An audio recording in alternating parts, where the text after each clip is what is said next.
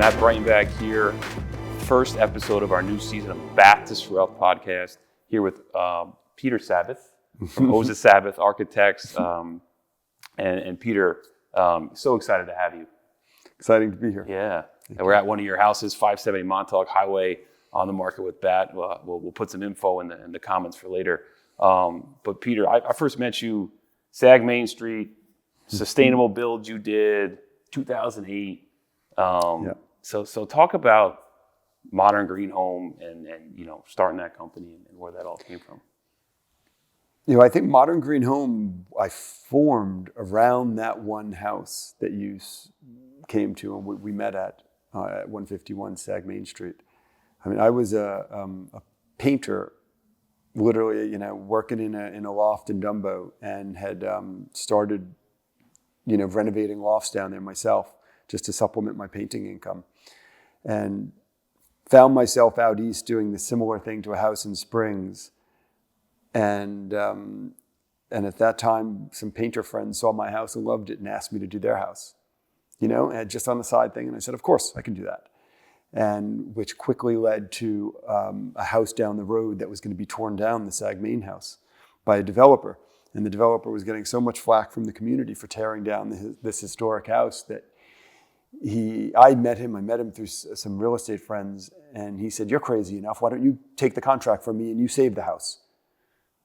And then, I guess I was crazy enough. And I told him yes, and I spoke to a couple of people, and I raised the money like within a day.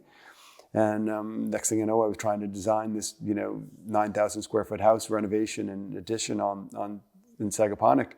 And with all the press that we were getting for doing it, I had to form a company, because it couldn't just be Peter, this rogue guy who was designing this house. And I figured, okay, let me use this vehicle of all the attention I was getting and try and create something from it. So it was cool. You had the house first, and then you kind of built a company on the backside of that. It was it, and we did that Hamptons Cottages and Gardens showcase house. I remember that. Yeah, I remember that.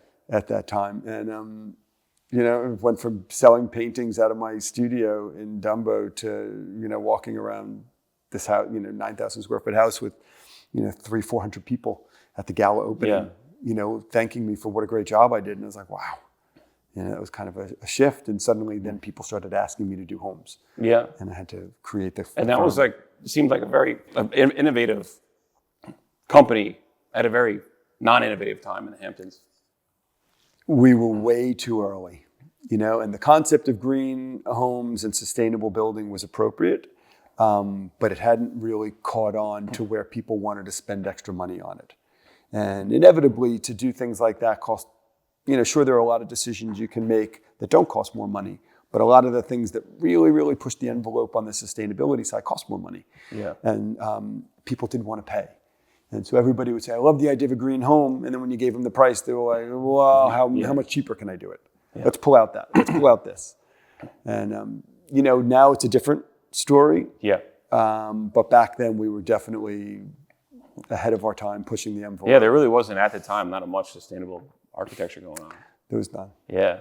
There was none. And it seemed like it kind of bottomed out. And the Hamptons, especially, we were talking about this off camera, there's such history in the Hamptons of Harry Bates and Norman Jaffe, of these very innovative, kind of disruptive architecture design. And you wouldn't think it. You'd think it, it wouldn't be that way, but it is. And it was cool to have you come along and do that. And I think that it's the Hamptons that creates that sort of petri dish where things like that happen and are possible. I didn't know anything really about modern architecture until I started that whole process and started looking around at some of the older architects like Peter Blake and Geller from the 50s and 60s, who were amazing, and they weren't building expensive houses. It was sort of cheap, affordable beach housing, weekend housing, and a lot of times they were creating these homes for other artists or collectors or people who are in the art world. And from then on, through Norman Jaffe and everything that's happened since, it's become a huge sort of wellspring of creativity architecturally out here. What have you seen change in sustainable architecture, modern, green home building from then, 2008 till present day? It's interesting because I find myself, people ask the question often, and I find it's almost the same answer. Back then when people would say, "What is a sustainable house?" I'd say, well, really the two biggest factors are the energy consumption of a house and the health and air quality and health of the materials that make the home, that create the space that the people live in. And it's exactly the same. Yeah. What's changed is that a lot of the local building codes have changed. And so now a lot of the things that were really revolutionary back then, we were pushing the envelope on heating and air conditioning systems to be energy efficient. Now it's all mandatory. Yeah. You need a HERS rating. Even some panels and all that stuff. Yeah. Yeah. And so I think that's great. Yeah. Green buildings shouldn't be a novelty. It should be what's mandatory. And yeah. required. No, agreed. Totally agreed. So talk about Modern Green Home, and how many homes did you construct, you think, under Modern Green Home? Or guessing some, and I'd have to count. I'm guessing in the 40 range. Wow. Maybe 40 to 50. Yeah. Overall. And a lot of those are renovations. Yeah. Because what we like to do are gut renovations as well. So, cool. If we get the chance to save an existing home and really kind of turn it into something new, give it a new life, we love that opportunity. That's amazing. So, and then, then you start. So when did you start this current firm, Peter Sabbath? So after doing Modern Green Home for, I'm guessing, 8 or 9 years, we were getting bigger and bigger, and I had a lot of people working for us, and I'd hire architects because I'm not an architect with no architectural training, and I'd be hiring a lot of architects to work for me. And I realized there was a certain liability in me not knowing and not having been formally trained in the industry. And that's when I said, I want to find an architect partner. I said, I think I can grow this company into something that it's, not now. If I had somebody who was more systematically trained. And so I looked around, and literally the minute I decided I wanted to go that route, an employee that was leaving me introduced me to Nile Oza. He's my partner now, and we formed Peter Sabbath. Amazing. Yeah. Yeah. We're in one of your amazing creations here. It's a great house. What's the difference between what, Peter Sabbath, you say, Modern Green Home? Is there a difference in what? Well, now at the point that we've formed Peter Sabbath and that became a accredited, licensed New York State architecture firm, then Modern Green Home, we turned into just a construction company. Oh, smart. And so while we design all of our homes, we probably build maybe 60 to 70%. Oh, great. And so, all the houses come in through Peter Sabbath, and 70% of them leave through Modern Green Home. The other 30% go to other builders. Wow. That's really neat. Yeah. That's really neat. So obviously, like a very, we always like to talk about in a Disrupt podcast, disruption, innovation, what's going on. And like, what would you say in modern time? What's disrupting architecture? And it could be here also, elsewhere. What's going on? Innovative, a lot of AI stuff talk going on. Like, talk to me about what's going on and it's interesting. Yeah, it's a good question. And I know when you briefed me before and said you wanted to talk about AI, I was like, God, okay, that's an interesting one. And my partners played around with AI. Like, we've dipped our toe in it. Like, you can tell AI that you want to design a house that's 3,500 square feet, 5,000 square feet in the style of Jaffe, Frank Lloyd Wright, and it'll give you a house. Wow. It'll give you the renderings of the finished house. Yeah. And what we've seen is, when you read an essay that was written by AI, you can tell. Yeah. You can tell. You look at the house and you know that it wasn't human design. Yeah. And there's some subtlety, some nuance to the human interaction, that human ingredient that you can't get. Yeah. And so I don't know if that'll get better over time. And maybe the more AI gets educated with inputs and has a big, broader database, maybe it'll get better. But for some reason, I'm holding out and I'm thinking that, it may for a certain level of home, but when people really want a home, a gorgeously, beautifully designed home, I think it's going to go back to human beings drawing. Yeah, I noticed that in myself, using it, from a business standpoint, real estate standpoint.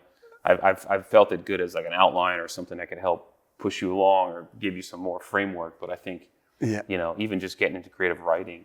Yep. Right. What do you think about sales? No, I agree. Like it can give you a good guideline, but I feel like there's something about, and of course it's not going to be able to sell for you. It's going to be able to, we were talking about Luxury Presence, who was actually our web partner. We were talking about Multi Kramer before, who was one of our guests on Disrupt. And he, I know they all actually offer now a chat bot to nurture leads. Mm-hmm.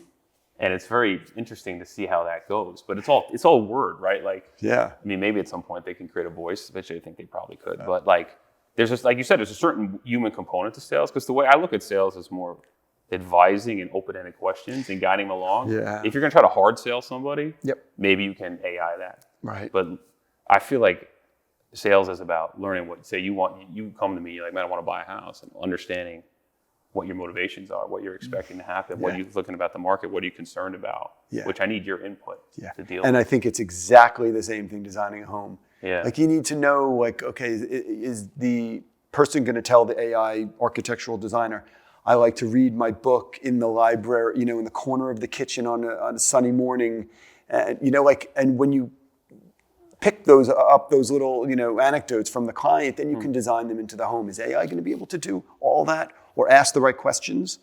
Maybe it's the asking questions thing. Yeah. You know, because I love what you talk about, like human connection, people connection, humanness, like just even this.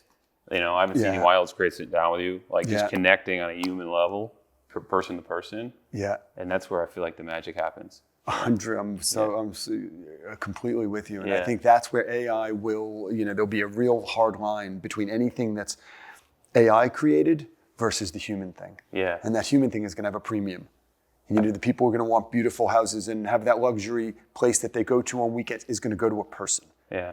I feel the worst for the college professors, I think, trying to figure out it's like, who's writing. My son is transferring college right now, and he's writing some essays. And we were hiring somebody to help him, and they said, don't bother hiring me. I said, why?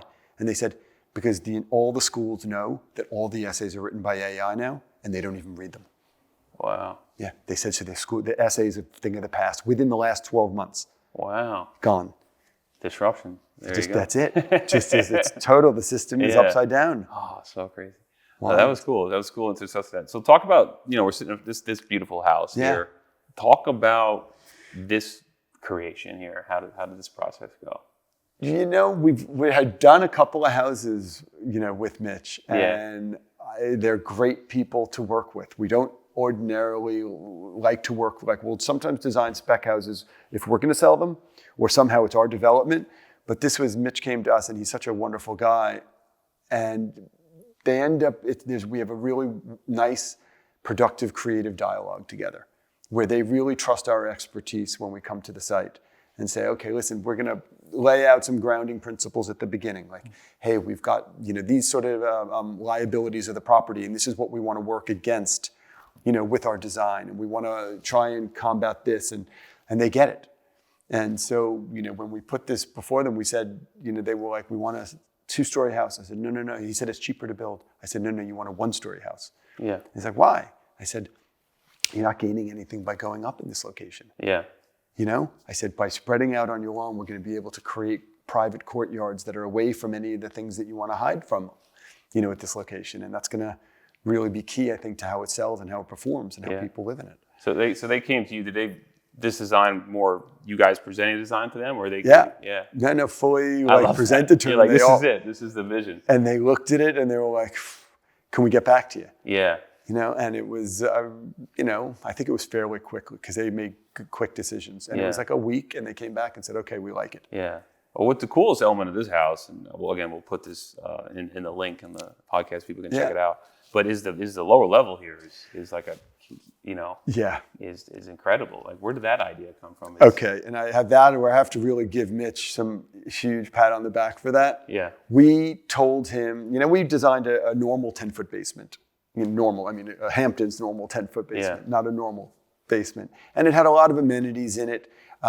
Mitch really wanted to push the envelope and go with a deeper basement.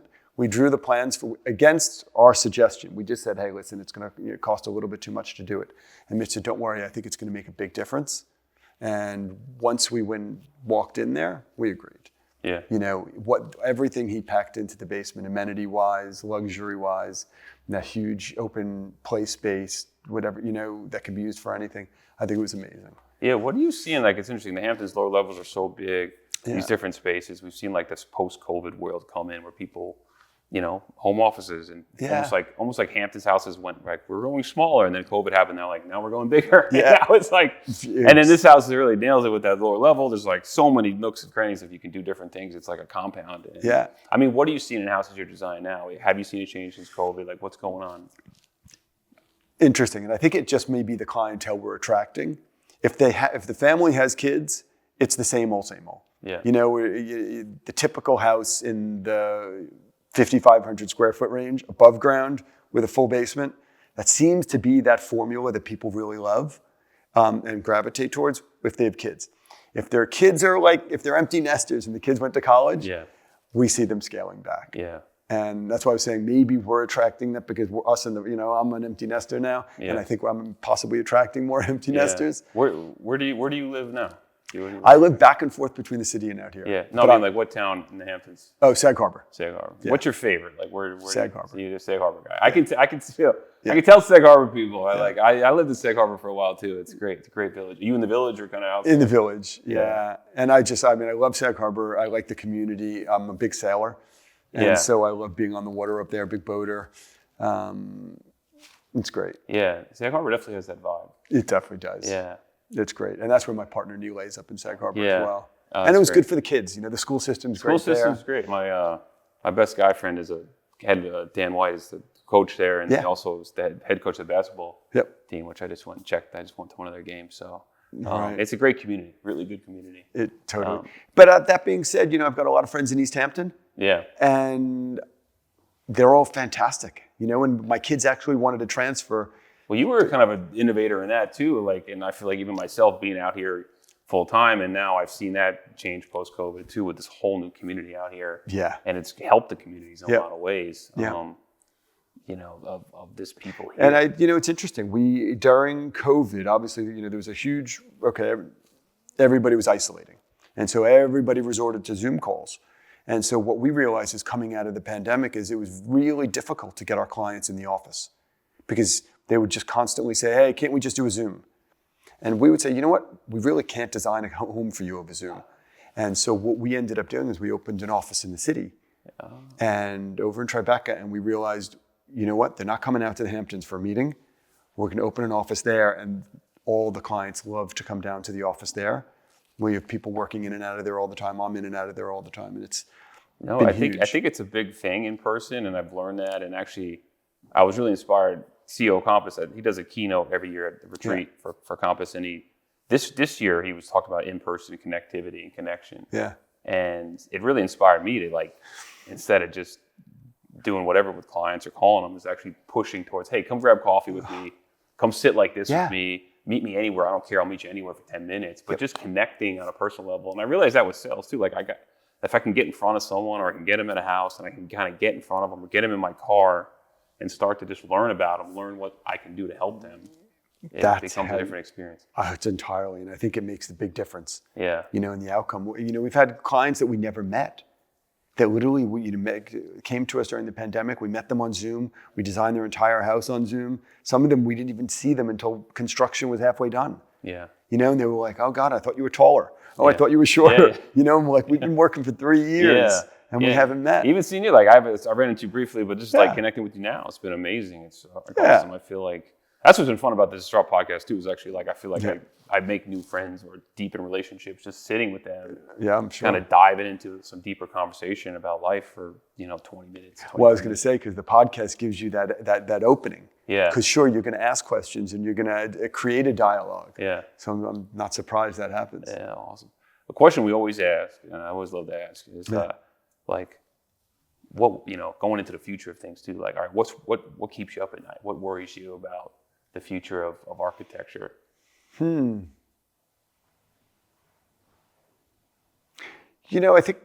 don't know if anything worries me about the future of architecture,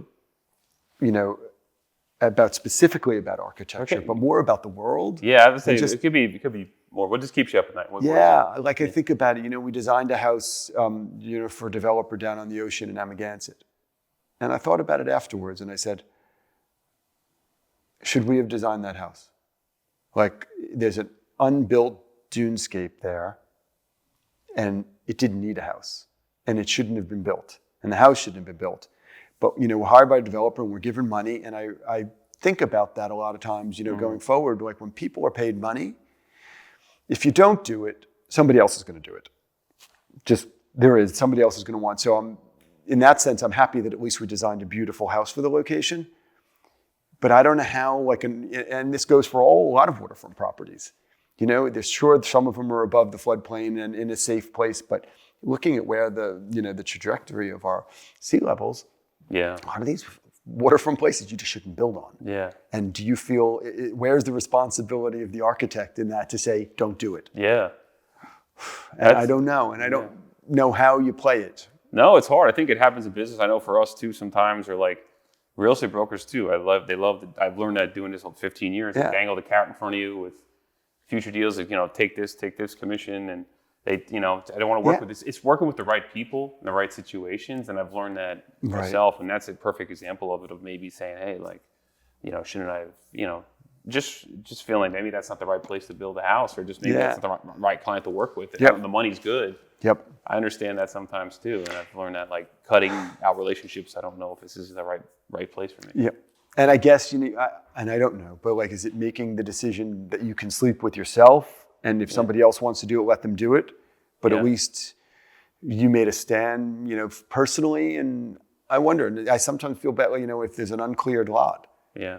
I feel bad about clearing it these days. Yeah. I do. I mean, there's enough education out there. These things, we need the green space. Yeah. I don't, that's so when you ask about what keeps me up at night, that probably worries me the most. Yeah, no, which makes a complete sense. Like, with where the environment is, sustainability and everything. Totally get that. So on a more lighter note too, like, if I come to you, king of the girl dads over here with 4 daughters. You have 4 daughters? I have 4 daugers. What age? You can make fun of me after, off camera. Yeah, okay. No, just joke. They're 7 to almost 1. Okay. I'm out of the game. That's it. My wife wanted 4. My wife was an only child, and she's like, I want 4 kids. Yeah. And I was like, I'm in, but we're gonna do this we're gonna this is gonna be a season that's gonna be nuts. Yeah. But anyway, so say I come to you, I'm a client. Mm-hmm. I got 2 acres in Watermill. What are you designing for me? Well, I think I'd go through an extensive question and listening period, and just to find out who you are and how you like to live. Yeah. But are you living out here full time? Full time, yeah. Full time, 4 daughters, 2 acres. I think you're probably going to end up with a 5,500 square foot house with a couple thousand square foot finished basement. Yeah. Most likely, and we're going to try and put the girls on one side of the house and put you and your wife on the other side of the house. Can I have like a certain 100%? And then there's going to be a guest suite that's going to be totally separate and on its own, so that when your people come, they don't have to hear your daughters. Yeah. And if they have kids, they don't have to worry about keeping you up with their screaming babies. Yeah. So I think keeping the living quarters and making these separate areas is key. What do you like? What kind of design? Like, do you like, this is a very, what do you see in design? Modern, like, what do you like? You like stuff in the middle? It's funny. Somebody asked me that the other day, like, hey, what does sustainable architecture look like? Yeah. And I was like, And I'm like, what sustainable architecture is? The house that doesn't get knocked down in 10 years. Yeah. It's like these old houses in Sag Harbor that were built 250 years ago, those are sustainable, because they've never been knocked down. They've been renovated over and over and over again, and that's sustainable. The house out here that was built, I don't care if it had the most cutting-edge geothermal system and solar panels, a full array, 20 kilowatts on the roof. If 10 years later that gets knocked down, that was a total disaster. Yeah. And so I think you go for the things that have longevity. And if history tells us anything, you never say no, you never wave goodbye to tradition. Yeah. Gable roofs. You see that in the Hamptons, because it's funny, like, I'll be in a house and I'm like, I can tell this is from, I don't know what the 80s was going on out here, but especially the 80s, those gray contemporaries, and they're very dated, but you'd be in a period house in Sag Harbor, and you could recreate that today and still fit the time. And to me, that's sustainability. And so I think we're always careful in our office, like, hey, we want to be cutting edge, but don't want to be cutting edge to the point where this thing looks so 2024 in 5 years. Yeah. And that somebody's got to go gut renovate it. That doesn't work. Yeah. And I think that's a lot about what I've seen just interviewing guys that have disrupted innovative industries. There's like, you're innovating, but there's also, you're making, like, and we talked about off camera before too, is like making things better, taking something and turning it into we're going to do this a little bit better in this way. It's funny. I'm looking outside at this house now. This is the perfect example. Yeah. This is like, if somebody comes to it, you're going to say it's a modern house. You're going to say, it's somewhere in between.